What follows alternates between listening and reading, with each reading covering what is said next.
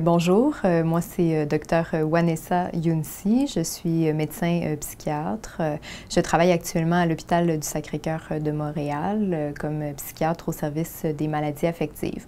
Donc en français on parle de dépression ou de maladie bipolaire. Je suis aussi poète et donc en fait je suis surtout ici pour aborder la question de comment l'écriture, comment la littérature, comment la lecture peuvent nous aider, vous, moi, à traverser des périodes difficiles, des périodes bouleversantes. Donc, en fait, je pense que d'abord, pour ce qui est de l'écriture, c'est une manière, disons, de prendre conscience de soi, de ses émotions, d'apprendre à mieux se connaître. Donc, en écrivant, on prend contact avec la partie plus cachée de soi, les parties plus difficiles et dans des moments bouleversant, où on se retrouve en un sens en dehors de notre histoire, séparé de nous-mêmes, bien, ça permet à ce moment-là de reprendre contact avec soi et de se relier avec soi. Donc l'écriture a cette fonction-là de mieux saisir ses émotions, de pouvoir mettre des mots.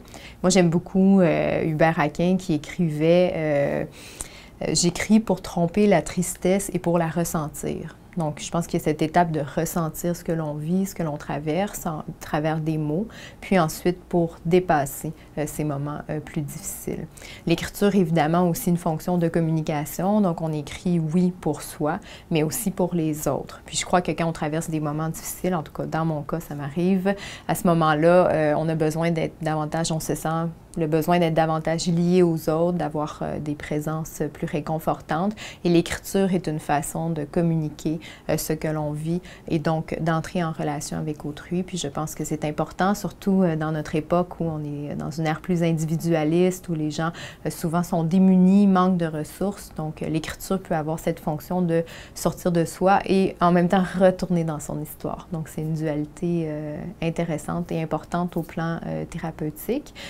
Je dirais aussi que la littérature, la lecture permettent de développer ce que nous, on appelle la fonction de mentalisation. Ce que ça signifie, c'est dans le fond la capacité de saisir ses états d'âme, comment on se sent, et ceux d'autrui.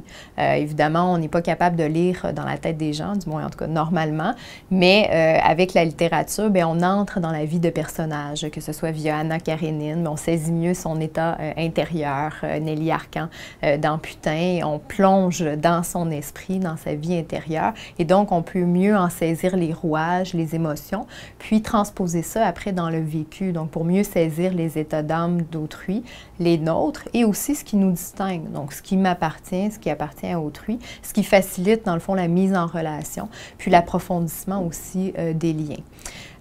Puis sur une note plus personnelle, moi je crois beaucoup en la valeur des arts, de la littérature et de l'écriture, ayant moi-même une pratique de poète. C'est une façon pour moi de m'inscrire dans mon histoire, de communiquer aussi les difficultés que je traverse, de désensibiliser les gens au fait que dans le fond on traverse tous des périodes difficiles, qu'on soit psychiatre ou qu'on soit n'importe quoi.